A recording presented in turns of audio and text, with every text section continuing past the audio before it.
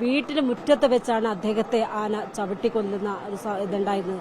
പക്ഷെ ജനങ്ങളാകെ കഴിഞ്ഞ ദിവസവും ഞങ്ങള് ഇതിനു മുമ്പും പലവട്ടം ഇവിടെ പിന്നെ പുതുച്ചേരി ഭാഗത്ത് വലിയ വീഴ്ച ഉണ്ടായിരുന്നു. പുതുച്ചേരിയിൽ ഇതുപോലെ കടുവയുടെ ഇത് പ്രശ്നം വന്നപ്പോൾ ഞങ്ങള് പലവട്ടം ബന്ധപ്പെട്ട ഭരണകൂടത്തിനോട് ഇതിനെ സംബന്ധിച്ച് സംസാരിച്ചിട്ടുണ്ടായിരുന്നു. പ്രത്യേകിച്ച് നമുക്കറിയാം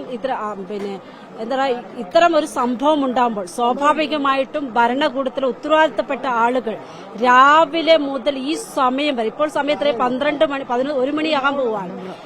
ഈ സമയത്ത് ഇപ്പോഴാണ് ജില്ലാ കളക്ടർ വന്നത്. വനം വകുപ്പിലെ ഉദ്യോഗസ്ഥർ എവിടെ പോയി?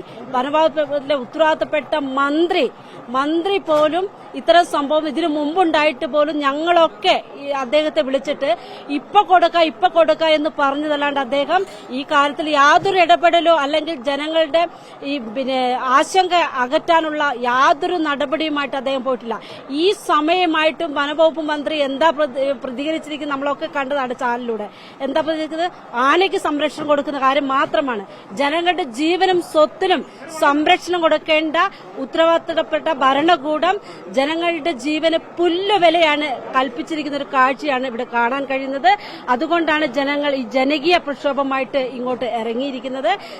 ഈ കുടുംബത്തിന് നീതി കിട്ടുന്നവരെ, കുടുംബത്തിനും മാനന്തവാടിയിലെ ജനങ്ങൾക്കും നീതി കിട്ടുന്നതുവരെ ഞങ്ങൾ സമരമുഖത്തുണ്ടാകും. കാരണം ഇനിയെങ്കിലും ഞങ്ങൾ ഒരു വട്ടമല്ല പലവട്ടം ഇവിടെ കടുവ വന്നു ഒരാളെ കൊന്നിട്ട് പോയി, കരടി വന്നു, ആന ഇതിനു മുമ്പ് വന്നിട്ടുണ്ട്, 2 ദിവസം മുമ്പ് വേറൊരു ആന വന്നു. അങ്ങനെ നഗരത്തില് ഇവിടെ ആ ഭീതിജനകമായ ഒരു അന്തരീക്ഷമാണ് മാനന്തവാടിയിൽ ഇപ്പോൾ ഉള്ളത്. ഇതില് വനം വകുപ്പ് മന്ത്രി മുഖ്യമന്ത്രി തന്നെ ഈ കാര്യത്തിൽ ഇടപെടണമെന്നാണ് ഞങ്ങൾക്ക് ആവശ്യപ്പെടാനുള്ളത്. മുഖ്യമന്ത്രി ഇതുവരെ ഒരു പ്രതികരിക്കുന്ന ആന ഇപ്പോഴും സ്ഥലത്തുണ്ട് എന്നുള്ളതാണ് ഞങ്ങൾക്ക് കിട്ടുന്ന വിവരം. ഇനിയും നമ്മൾ വളരെ ഭീതിയോടുകൂടെയാണ് പയ്യമ്പള്ളി ആ പ്രദേശത്തെ ജനങ്ങൾ, ഓരോ കുടുംബവും കൊച്ചു കുഞ്ഞുങ്ങൾ വരെ ഭീതിയോടുകൂടിയാണ് അവിടെ നിൽക്കുന്നത്. അപ്പൊ ഇതിനൊക്കെ ഒരു പരിഹാരം കാണുന്നതിനുള്ള നടപടിയുമായിട്ട് കേരള ഭരണകൂടം മുന്നോട്ട് പോയില്ലെങ്കിൽ ശക്തമായിട്ടുള്ള പ്രക്ഷോഭമായിട്ട് ഞങ്ങൾ മുന്നോട്ട് പോകും.